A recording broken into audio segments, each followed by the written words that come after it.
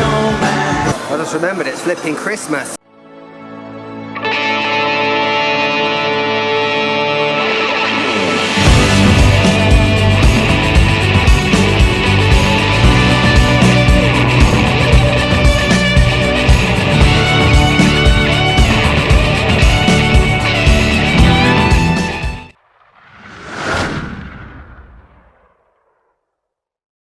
So, welcome to Singapore.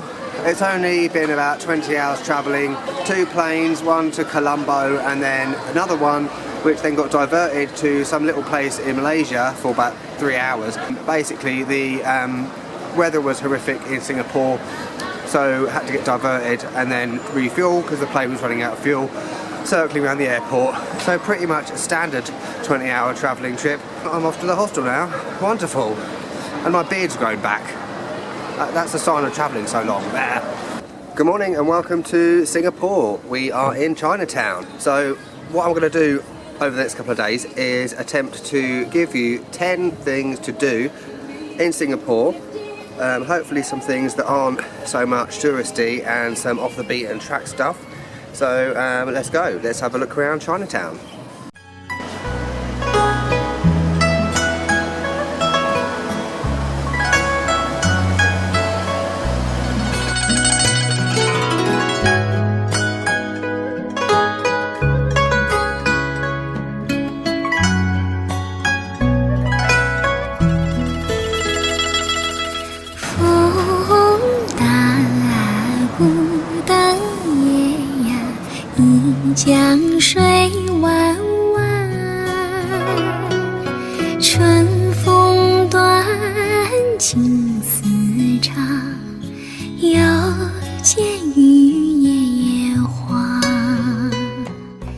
So Chinatown is full of your usual souvenirs, that sort of stuff like you find in any Chinatown across the world. I'm almost going to get run over by a bike. Yeah, so clothes, magnets, these things.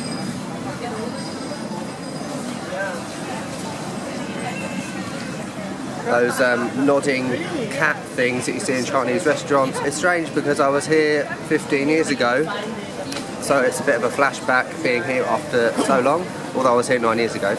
So yeah, fridge magnets, clothes. It's a good place to buy some cheap t-shirts, which will no doubt shrink to baby size in the space of one wash. There's lots of food places. Just seen someone eating some chilli crab, which will be another thing to do in Singapore. Just seen a tattoo place. I think I might get a tattoo while I'm here.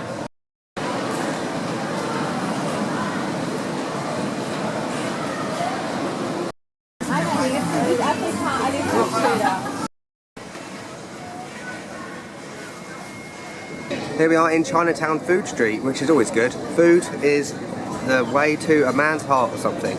So just quickly about Singapore. So yeah, like I said, 15 years ago I was here last time. So it's very odd being back here again, 30 countries later, much older. When I was here, it was one of the first places I'd ever been to when I was 19. Very much a virgin backpacker, I didn't have a clue what I was doing. Now obviously a bit older, older and wiser.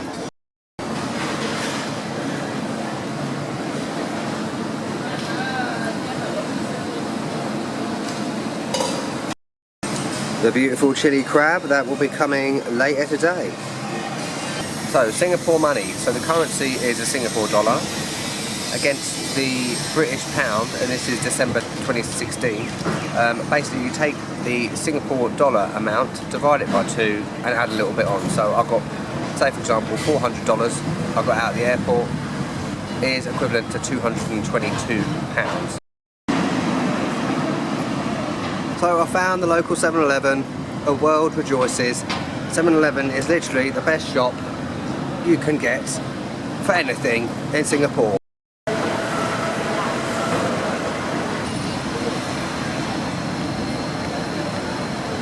So I'm heading towards Clarke Quay to have some lunch.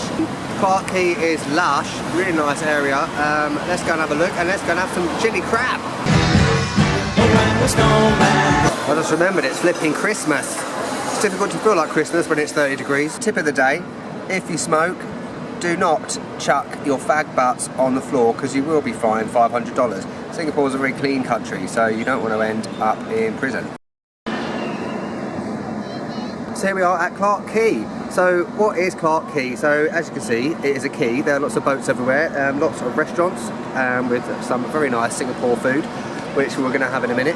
Nightlife as well is fantastic. Now let's go and have some food at last.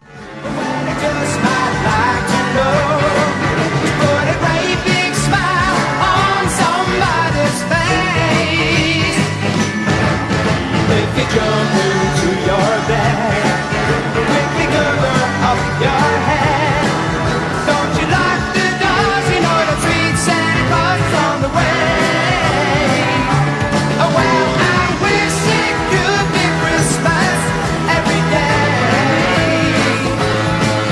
When the kids start singing at So while you're at Clarke Quay, you can book a Singapore river cruise. The kiosk thing is behind me.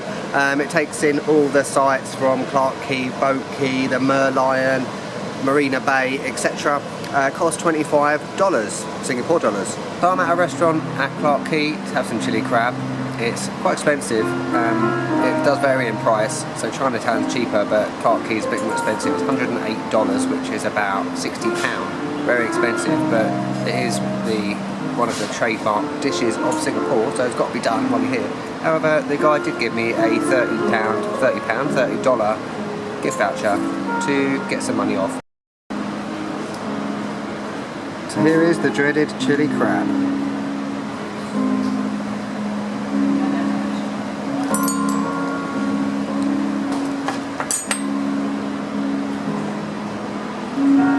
I think I'm going to need those nutcrackers, also the apron. Very fetching. So as expected, the chili crab is horrendous, as in attempting to eat it. So you get the nutcrackers, you've got to break the claws up, amaze balls to get the crab meat out. Easy just to eat with your fingers. As anticipated, in a complete state, so wonderful. Chili sauce is very hot.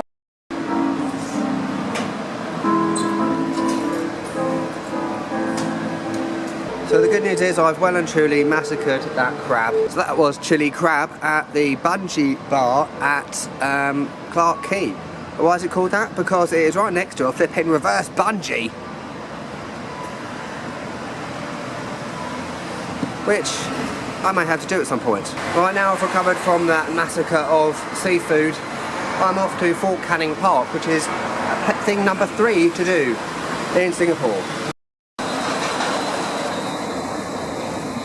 Narrowest escalator ever. So basically Fort Canning Park is a park slap bang in the middle of the city, not far from Orchard Road, Clarke Quay, etc. I remember it from last time due to the monumental amount of steps. Not good to do when we're in 30-degree heat, dying of hotness. And Step Gate 2016 continues. Only about halfway there at the moment. I should have really eaten the crab after this. So in the 14th century, Fort Canning Park was the home of the Temasek, whoever they are, and later on in the Second World War, many critical World War II decisions were made from the bunker at the top of the hill, which is fantastic. I'm a World War II geek, let's go have a look. So Fort Canning Park was also where, in 1942, Great Britain surrendered Singapore to the Japanese in World War II. There's something called the Battle Box, which you can go to, which is where these war decisions were made, and it costs 18 Singapore dollars for adults and a little bit less than that for kids. You have to watch your head when in Fort Canning Park, because I did just get hit on the head by a falling branch, but I have survived. You've got to look out where you go around here, because there's signs everywhere.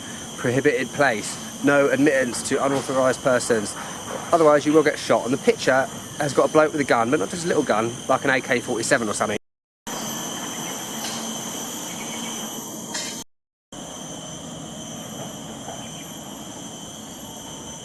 It's almost like a jungle in the middle of the city, which is really bizarre. Wowzers. I spy with my little eye something beginning with J. Japanese tour group 10 metres ahead.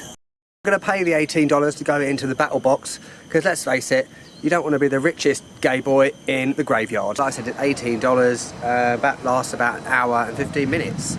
So let's have a look at all this war stuff. So the tour of the battle box is done. Unfortunately you couldn't take photos or videos inside as expected. What I'll do, I'll put a link in the description if you want to learn more about the battle box. In summary though, the thing that struck me with how thick I am, I didn't even realise Malaysia and Singapore were even involved in the war, in particular with the Japanese. It was all quite scary what it must have been like, because basically the Allied forces had to surrender Singapore when it came to a point of no return. Anyway, the best part of the tour was we had to answer a question at the end to see if we'd been listening. Basically, how many tanks did the Japanese have during the invasion of Singapore? And unsurprisingly, I won. So I got a copy of the scroll, which well, it's a copy of the surrender document that was signed when the Japanese were defeated in 1945. So overall, a definite must-do when you're in Singapore. Another thing I didn't realise was that Singapore was an important naval base in the war, one of two, the other one being Pearl Harbor in the Pacific area. And it was very interesting because I didn't realise that on the same day Pearl Harbor was attacked, 2 hours after that Singapore was attacked. And I've been to Pearl Harbor, I went to Hawaii about 9 years ago. So it's very interesting to have now been to both locations to learn about both historical events. So I've actually seen 5 things in Singapore today: Chinatown, Clarke Quay, eating chilli crab, Fort Canning Park and the battle box. I think my 10 things to do may increase to about 900 by the end of my week in Singapore. So that's the end of part 1 of my things to do in Singapore. I'll put the link to part 2 once I've filmed it.